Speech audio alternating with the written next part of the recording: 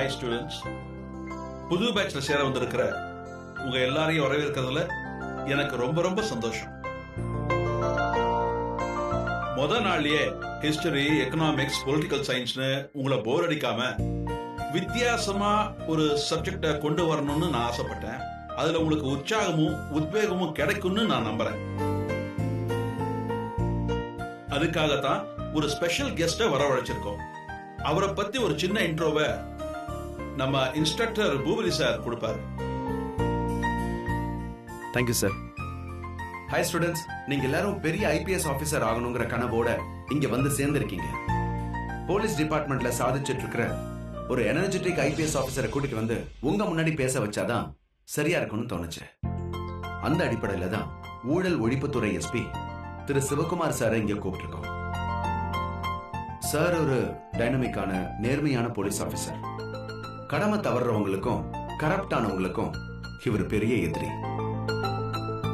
தப்பான வழியில பணம் சேர்த்த பல அதிகாரிகளுக்கு, அரசியல்வாதிகளுக்கு சார் தண்டனை வாங்கி கொடுத்திருக்காரு. இந்த துறையில சாதிக்கணும்னு துடிக்கிறவங்களுக்கு சார் ஒரு பெரிய role model.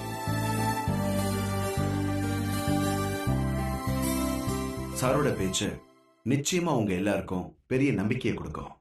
Let us welcome our chief guest with a big round of applause.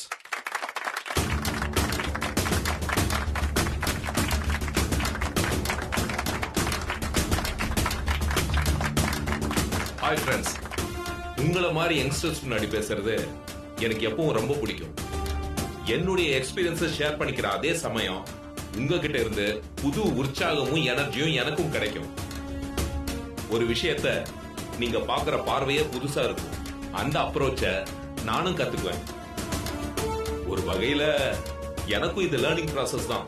அதனாலதான் மிஸ்டர் ஏகாம்பரம் கூப்பிட்டதும் சந்தோஷமா இதுக்கு சம்மதிச்சேன். ஐபிஎஸ் இன்டர்வியூல நீங்க எதுக்கு இந்த துறையை செலக்ட் பண்ணீங்கன்னு இந்த கேள்வியை கண்டிப்பா கேட்பாங்க.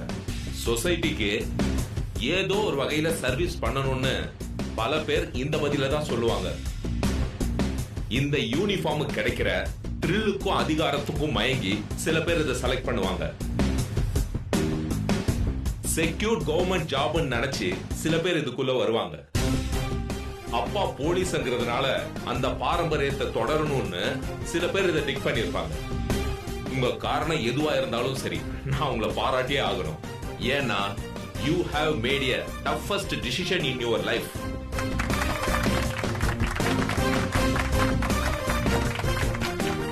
என்ன பொறுத்த வரைக்கும் நாட்டை காப்பாத்த தான் வாழ்க்கையை தியாகம் பண்ற ராணுவ வீரனும், சொசைட்டியை காப்பாத்த தான் வாழ்க்கையை தியாகம் பண்ற போலீஸ்காரனும் ஒண்ணுதான். இந்த காக்கி யூனிஃபார்ம்ங்கிறது சில பேருக்கு கௌரவம், சில பேருக்கு அது பெருமை. ஆனா என் பார்வையில அது ஒரு பெரிய ரெஸ்பான்சிபிலிட்டி. அந்த பொறுப்புல நீங்க எல்லாரும் சின்சியரா ஒர்க் பண்ணணும். அதுதான் என்னுடைய எதிர்பார்ப்போம். என்னுடைய எதிர்பார்ப்ப எல்லாரும் நிறைவேற்றுவீங்களா? Yes sir. Thank you. Hi Murali sir. Nice. Arul sir. Good. Asmita. Nice. Naveen sir. Sir.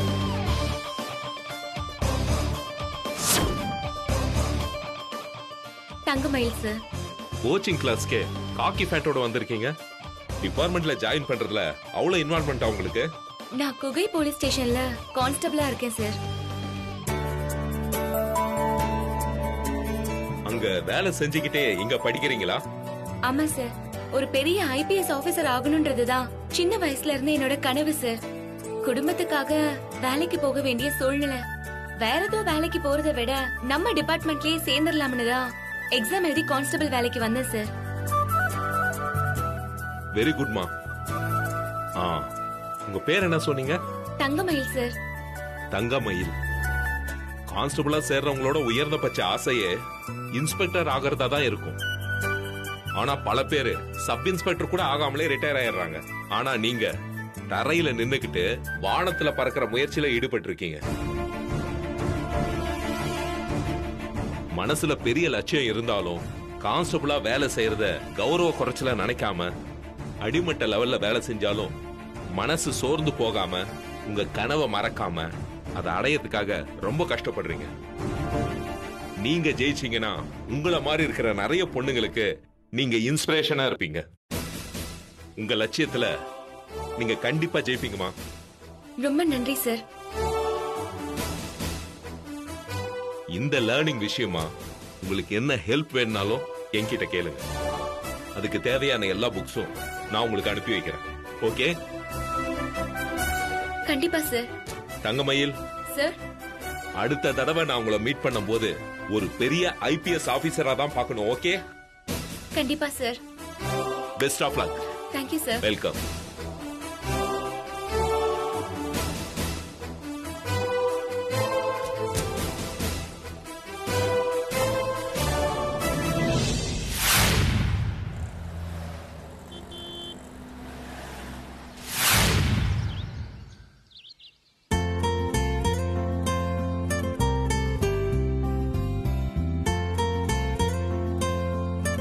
Sir, sir. உள்ள அம்மையில உட்காரு. ம். ஆமா, நீ கோச்சிங் சென்டர் போல? போயிட்டு நேரா இங்க தான் சார் வரேன். அப்ப டியூட்டி? அது முடிஞ்சிருச்சு. ஓ, வேலை கோச்சிங்னு சொல்லிட்டு கால்ல சக்கரத்தை கட்டிட்டு சுத்த ஆரம்பிச்சிட்டல்ல? ஆமா சார். மயிலு, நீ இவ்வளவு கூட கஷ்டப்பட வேண்டாம். வீட்டு செலவெல்லாம் நானே பாத்துக்கிறேன். நீ ஐபிஎஸ் ட்ரைனிங் படிக்கிறத மட்டும் பாருன்னு சொன்னா கேட்காம பிடிவாதம் பிடிச்சிட்டு இருக்க. சார், இது பிடிவாதம் இல்ல, தன்மானம். என் மேல இருக்கிற அக்கறையால தான் நீங்க இது எல்லாமே சொல்றீங்கன்னு எனக்கு நல்லாவே புரியுது. ஆனா பிராக்டிக்கலா இது நல்லா இருக்காது சார். நியாயமாவும் இருக்காது. நீங்க என்ன நினைச்சு கவலைப்படாதீங்க சார். ஐபிஎஸ் எக்ஸாமுக்கு தயாராக நீங்க எனக்கு ஃப்ரீ கோச்சிங் ஏற்பாடு பண்ணிருக்கிறதே எனக்கு பெரிய உதவி சார். உங்களுக்கு எப்படி நன்றி சொல்றதுன்னு எனக்கு தெரியல. ஏய், வேண்டாம் மயிலு. நன்றி அது இதுன்னு சொன்னேன்னு வையேன், அப்புறம் நான் கடுப்பாயிடுவேன் சொல்லிட்டேன். சரி, அதை விடு மயிலு. உன் கிளாஸ் எல்லாம் எப்படி போயிட்டு இருக்கு? நல்லா போயிட்டு இருக்கு சார். இன்னைக்கு கூட எங்களை மோட்டிவேட் பண்றதுக்காக ஒரு சீனியர் போலீஸ் ஆபீசர் வந்திருந்தாரு. அவர் கேட்ட கேள்விக்கெல்லாம் நான் நல்ல பதில் சொன்னேன்னு என்ன ரொம்ப அப்ரிஷியேட் பண்ணாரு. ஓ, கான்ஸ்டபிளா வேலை செஞ்சுக்கிட்டே நான் இப்ப ஐபிஎஸ்க்கு ப்ரிப்பேர் பண்றேன்னு தெரிஞ்சதும் ரொம்ப உற்சாகமா பேச ஆரம்பிச்சிட்டாரு. அந்த சந்தோஷத்தை ஷேர் பண்ணதா அம்மாவை கூட போய் பார்க்காம நேரா உங்களை தேடி வந்த. மயிலு, தினமும் கிளாஸ் முடிஞ்சு நீ இதே சந்தோஷத்தோட வரணும். அதுதான் என்னோட ஆசை. உனக்கு கோச்சிங் சென்டர்ல ஏதாவது ஒரு பிரச்சனைனா என்கிட்ட சொல்லு, நான் உடனே ஓனர் கிட்ட பேசுறேன். அப்படியெல்லாம் எந்த பிரச்சனையும் இல்ல சார். கிளாஸ்ல இருக்கிற ட்ரைனர்ஸ் கூட படிக்கிறவங்கன்னு எல்லாருமே ரொம்ப ஃப்ரெண்ட்லியா இருக்காங்க. எனக்கு அங்க எந்த பிரச்சனையும் இல்ல சார். சரி மயிலு, நம்ம கஸ்டமர் சொல்லிட்டாருன்னு சொல்லி நான் பாட்டுக்கு உன்னை சேர்த்து விட்டேன். அங்க சூழ்நிலை எப்படி இருக்குமோன்னு சொல்லி எனக்கு ரொம்ப கவலையாவே இருந்துச்சு. இப்ப நீ சொல்றத கேட்டதுக்கு அப்புறமா தான் எனக்கு ரொம்ப ரிலாக்ஸ்டா இருக்கு. கோச்சிங் எப்படி இருக்குங்கிறதெல்லாம் எனக்கு செகண்டரி தான். ஆனா நீ ரொம்ப கம்ஃபர்டபுளா இருக்கணும், அதுதான் எனக்கு முக்கியம்.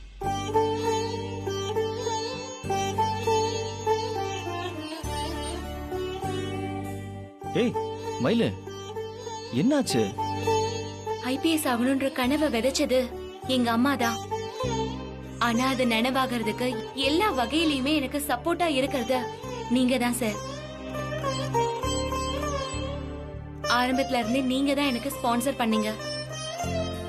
இதுக்கு முன்னாடி பெரிய கோச்சிங் சென்டர்ல சேர்த்து விட்டு தங்கறதுக்கு கெஸ்ட் ஹவுஸ்ல இடமும் கொடுத்தீங்க. அதெல்லாம் இல்லனானதும் இப்ப நான் இலவசமாவே எக்ஸாமுக்கு தயாராக ஏற்பாடு பண்ணிருக்கீங்க. எந்த எதிர்பார்ப்பும் இல்லாம யாருமே இந்த காலத்துல இப்படி எல்லாம் செய்ய மாட்டாங்க சார். மயிலு, அதெல்லாம் இல்ல. அந்த மாதிரிலாம் பேசி என்ன ரொம்ப பெரிய ஆள் ஆக்கிடாத. என் எதிர்பார்ப்பு என்ன, சுயநலம் என்னங்கறதெல்லாம் உனக்கே நல்லா தெரியும். தெரியும் சார். ஆனா உங்களுக்கு நம்பிக்கை வர மாதிரி இது வரைக்கும் நான் எதுவுமே சொன்னதில்ல. அத பத்தி எல்லாம் கொஞ்சம் கூட யோசிக்காம எனக்கு தேவையானதெல்லாம் நீங்க செஞ்சுக்கிட்டே இருக்கீங்க. இத செஞ்சா இத கிடைக்கும்னு எல்லாருமே கணக்கு போட்டு வேலை செய்யற இந்த காலத்துல நீங்க இப்படி இருக்கிறது எனக்கு ரொம்ப ஆச்சரியமா இருக்கு சார். மயிலு, நீயும் அப்படிதானே இருக்க. நான் உன்ன மாதிரி மாறுறதுக்கு முயற்சி பண்ணிட்டு இருக்கேன். இங்க பாரு, நீ எனக்கு பாசிட்டிவா எந்த பதிலுமே சொன்னது கிடையாது. ஆனா நான் உன் மேல வச்சிருக்கிற காதல், என் ஆசையை நிறைவேற்றி வைக்குங்கிற நம்பிக்கை எனக்கு இருக்கு. உங்க காதலுக்கு நான் தகுதியானவளா? உங்க அளவுக்கு என்னால அன்பை திருப்பி தர முடியுமான்னு எனக்கு தெரியல சார். என் பர்த்டே கிஃப்டா தான் என் லட்சியத்துல ஜெயிக்கிறதுக்கு நீங்க ஒரு வழிய காமிச்சீங்க. அன்னைக்குதான் உங்களுக்கும் பர்த்டே. ஆனா அப்ப இருந்த சூழ்நிலையில என்னால ஒரு சின்ன கிஃப்ட கூட உங்களுக்கு கொடுக்க முடியல. வாழ்த்து கூட சொல்லாம விட்டுட்டேன்னு எனக்கு ரொம்ப சங்கடம் ஆயிடுச்சு சார். மயிலு, இதெல்லாம் பிரச்சனையே இல்ல மயிலு. நான் நல்லா இருக்கணும் தானே நீ எப்பவுமே நினைப்ப. நீ மனசார அந்த மாதிரி நினைக்கிறல்ல, அது போதும் எனக்கு. இல்ல சார், என்னால அப்படி சமாதானம் செஞ்சுக்க முடியல. நான் கொடுக்கிற கிஃப்ட் உங்களுக்கு எவ்வளவு ஸ்பெஷல்னு எனக்கு நல்லாவே தெரியும். அந்த சந்தோஷத்தையாவது இப்ப நான் உங்களுக்கு கொடுக்கணும்னு எனக்கு தோணுச்சு. அதான் உங்களுக்கு யூஸ் ஆகுற மாதிரி நான் ஒரு gift வாங்கிட்டு வந்திருக்கேன்.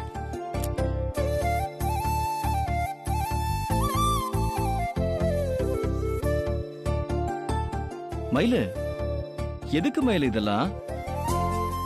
நீ என் கூட இருக்கிறத விட வேற எதுவுமே எனக்கு பெருசு கிடையாது. இப்ப எதுக்கு மயிலு காசை வேஸ்ட் பண்ண? சார், மனசுக்கு பிடிச்சவங்களுக்கு கிஃப்ட் பண்றது காசை வேஸ்ட் பண்ற விஷயம் இல்ல. உலகத்திலே பெரிய சந்தோஷம் இதுதான் சார். கிஃப்ட பிரிச்சு பாருங்க. என்னங்க? ஆ,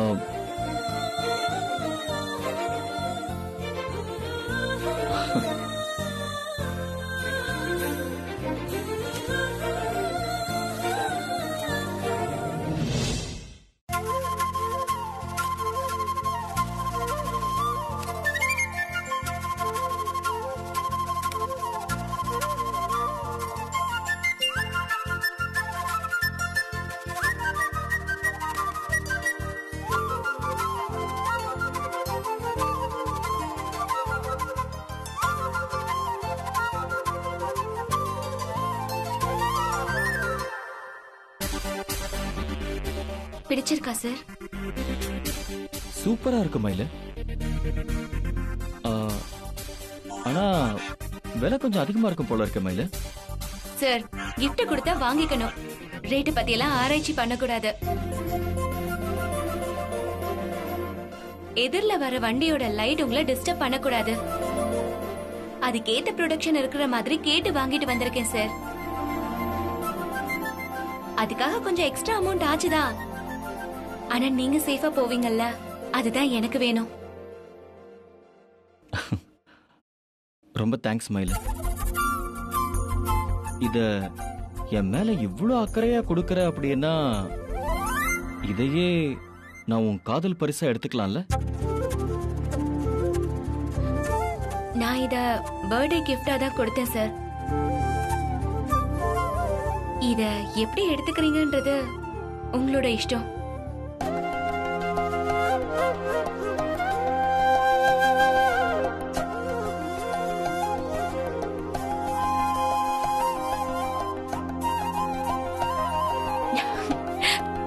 ஏய் மயிலு,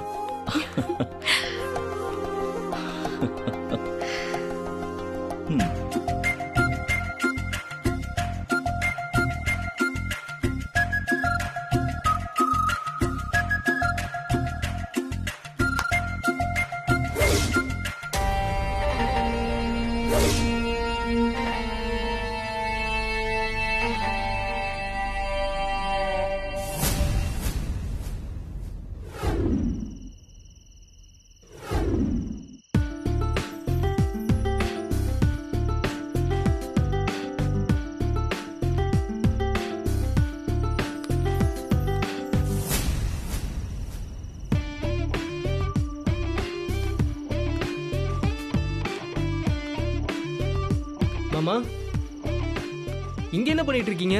அது என் மொபைல் டிஸ்பிளேல ஏதோ ப்ராப்ளம்னு நினைக்கிறேன். லெட்டர்ஸ் எல்லாம் ரொம்ப மங்களா தெரியுது. மங்களாவா?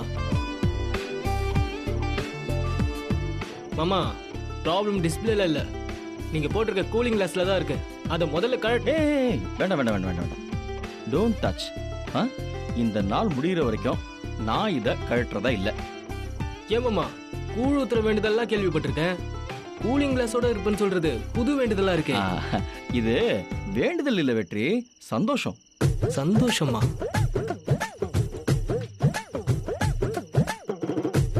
என்ன அப்படி பாக்குற? என்ன சந்தோஷம் தோணுதுல்ல? இது சாதாரண கூலிங் கிளாஸ் இல்லப்பா, மயிலு எனக்காக கொடுத்திருக்கிற பர்த்டே கிஃப்ட். இத லவ் கோட்டட் கூலர்ஸ் கூட சொல்லலாம். ஓ, அக்கா கொடுத்த கிஃப்டா இது? செமையா இருக்கு மாமா, கொடுங்க, நான் போட்டு பாக்குறேன். No no no no, chance இல்ல ராஜா, சான்ஸே இல்ல. அந்த ரூம்குள்ள இருக்கிற என் திங்ஸ் எல்லாத்தையும் யூஸ் பண்ணிக்கோ, என் ஷர்ட்டை கூட யூஸ் பண்ணிக்கோ. நான் ஏன்னே கேள்வியே கேட்க மாட்டேன். ஆனா இத மட்டும் கேட்காத. மயிலு ஃபர்ஸ்ட் டைம் கொடுக்கிற கிஃப்ட் எனக்கு. இது ரொம்ப ரொம்ப ஸ்பெஷல். இது அவ மேல இருக்கிற லவ் மாதிரி இதுவும் என் லைஃப் லாங் வரணும்னு சொல்லிட்டு நான் ஆசைப்படுறேன். இத என்ன தவிர வேற யாரும் தொடறதுக்கு பெர்மிஷன் கிடையாது. புரியுதா? புரியுது மாமா, புரியுது. வெற்றி, நான் ஓவரா பண்றேன்னு நினைக்காத. நாம விரும்புறவங்க நமக்கு கொடுக்கிற கிஃப்ட்ல அவங்களோட லவ்வும் கலந்துருக்கு. அது எனக்கு மட்டும் சொந்தமான ஒரு பொக்கிஷம். அத இன்னொருத்தரோட ஷேர் பண்ணிக்க முடியாதுல்ல. ஓகே மாமா, புரிஞ்சுது. என்ஜாய். தேங்க்யூ.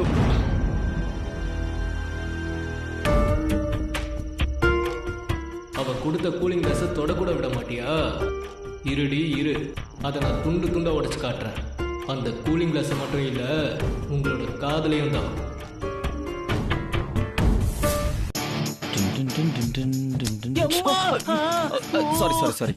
சாரி.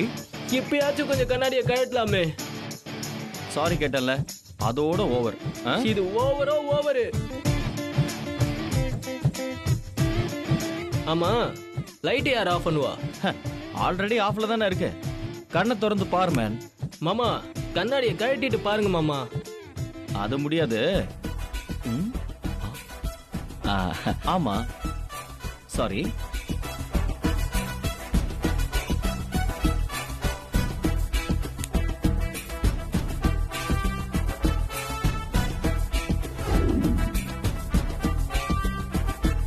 மாமா, கொஞ்சம் இப்பயாவது கண்ணாடியை கழட்டலாமே. Very good idea. நானே திறந்து தரேன், இங்க இருக்கு.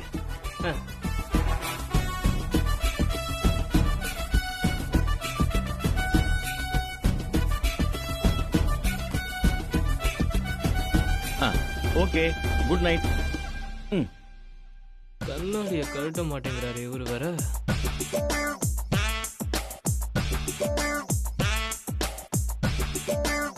ஆமா, நீனும் தூங்கல? இல்ல, இப்ப மட்டும் உங்களுக்கு என் மூஞ்சி நல்லா தெரியுது. இல்ல, எனக்கு அப்பத்துல இருந்தே தெரியுது. லைட்டா தூங்கு.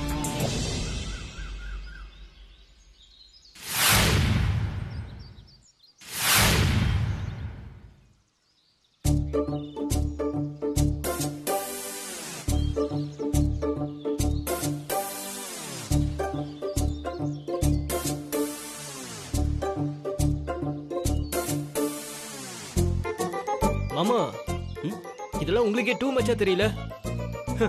அக்கா கொடுத்த கிஃப்ட் ஸ்பெஷல் தான். அதுக்காக பிரஷ் பண்ணும்போது கூடவா போட்டிருப்பீங்க? ஏண்டா போட்டு கூடாதா என்ன? கண்ணாடி போட்டு கூடாதுன்னு ஏதாவது சட்டம் இருக்கா என்ன? இருந்தாலும் அதை நீங்க ஃபாலோ பண்ணவா போறீங்க? உங்க லவ் தான் எல்லாத்தையும் மறைச்சு வச்சிருக்கேன். அது சரி, கண்ணு தெரியாம பேஸ்ட் வச்சிருக்கீங்களா இல்ல ஷேவிங் கிரீம் ஏதாவது வச்சிருக்கீங்களா? என்னது? டேய், பார்த்தா தெரியல, பேஸ்ட் தான்டா இது. தெரியுது. ஆனா அக்கா இந்த கூத்த பார்த்தாங்கன்னு வச்சுக்கோங்க, டென்ஷன் ஆயிடுவாங்க. இல்ல வெற்றி, நாம கொடுத்த கிஃப்ட எப்பவுமே பிரியாம இருக்கானேன்னு சொல்லி ரொம்ப சந்தோஷப்படுவா. போங்க மாமா, எனக்கு அது சுத்தமா தோணல. அக்கா பிராக்டிகலா தான் இருக்காங்க, ஆனா நீங்க கொஞ்சம் கிறுக்குத்தனமா நடந்துக்கிறீங்க. டேய், நீ என்ன முழு கிறுக்கன்னே சொல்லிக்கோடா. I don't care. எனக்கு பிடிச்சிருக்கு, நான் போட்டிருக்கேன், அவ்வளவுதான். ஆமா, உன் காதுல இருந்து ஏன்டா புகை வருது? மாமா, ரொம்ப ஓவரா பண்ணாதீங்க. சரி, அதை கழட்டி கொடுங்க. No no no no no. என்ன தவிர்த்து இந்த கண்ணாடியை யாருமே தொடக்கூடாது. இதை நான் ஏற்கனவே உங்ககிட்ட சொல்லியிருக்கேன்ல. மாமா, நான் அதை போட்டு பார்க்கறதுக்கு ஒன்றும் கேட்கல. ப்ரஷ் பண்ணி முகம் கழுவுறப்போ தண்ணியும் பேஸ்டும் மேலே பட்டு அசிங்கமாயிடும். ஓஹோ, நீங்க தான் அதை பொக்கிஷமா பார்த்துட்டு இருக்கீங்களே, இவ்வளோ கேர்லெஸ்ஸா இருந்தா எப்படி? கொடுங்க, நான் அதை பார்த்துக்கிறேன். கொடுங்க. நீ சொல்றதும் சரிதான். இந்த கண்ணாடிய நான் உன்னை நம்பி கொடுக்கறேன். உன்னை நம்பி சேஃபா வச்சுக்கணும், சரியா?